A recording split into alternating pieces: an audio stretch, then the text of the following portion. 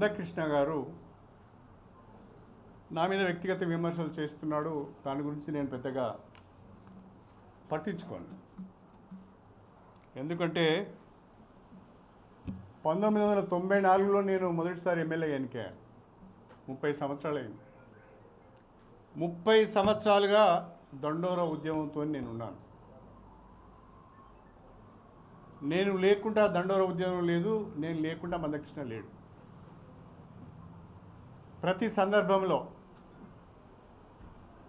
ప్రతి సభలో, ప్రతి సమావేశంలో నా పూర్తి సహకారాన్ని అన్ని రకాలుగా అందించాను. ఆర్థికంగా కూడా నా సహకారం చేశాను. ఈ రోజు వరకు కూడా చేస్తూనే ఉన్నాను. కారణం ఏంటంటే రాజ్యాంగ ఫలాలు అందరికీ సమపాలలో అందాలనే దానికి నేను కట్టుబడి ఉన్నాను. అందుకే షెడ్యూల్ కులాల వర్గీకరణ కావాలని నేను కోరుతున్నాను. నేను మందకృష్ణని అడుగుతున్నాను, మీరు బీజేపీకి ఓటేయమంటున్నారు, మంచిదే, కానీ దండోరా ముసుగు తీసేయండి. నేరుగా బీజేపీలో చేరి బీజేపీ కార్యకర్తగా, బీజేపీ నాయకునిగా మీరు బీజేపీకి ఓటేయమనండి. మాదిగలంతా మీ వెనుకనే ఉన్నట్టు మాట్లాడుతున్నారు. ఒక్కసారి 2014 ఎన్నికలలో ఏం జరిగిందో వరంగల్లో మీరు ఆలోచించండి.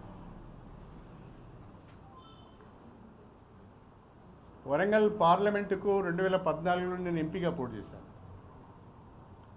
వర్ధన్నపేట నుంచి మందకృష్ణ ఎమ్మెల్యేగా పోటీ చేశాను, మిత్రపక్షాల అభ్యర్థిగా. వర్ధన్నపేట నియోజకవర్గం నుంచి పోలైన ఓట్లలో నాకు 1,30,000 ఓట్లు వచ్చినాయి. ఈ గొప్ప నాయకునికి 18,000 ఓట్లు వచ్చినాయి. ఎవరి పక్షాన ఉన్నట్టు? 1,30,000 ఓట్లు ఎక్కడ, 18,000 ఓట్లు ఎక్కడ? ఆ ఒక్క నియోజకవర్గంలోనే నాకు 1,01,000 ఓట్ల మెజారిటీ వచ్చింది. అంటే మా దళితులు వేయకుండానే నాకు అన్ని ఓట్లు వచ్చిందా? అంత మెజారిటీ వచ్చిందా? నీ తప్పుడు నిర్ణయాల వల్ల, నీ తప్పుడు విధానాల వల్ల ప్రతి ఎన్నికలలో ఏదో ఒక పార్టీకి ఓటేయని ప్రకటించడం ద్వారా ఎంఆర్పిఎస్ 10 ముక్కలైపోయింది. ఎంఆర్పిఎస్ బలహీనపడిపోయింది, పూర్తిగా వాయిస్ లేకుండా పోయింది.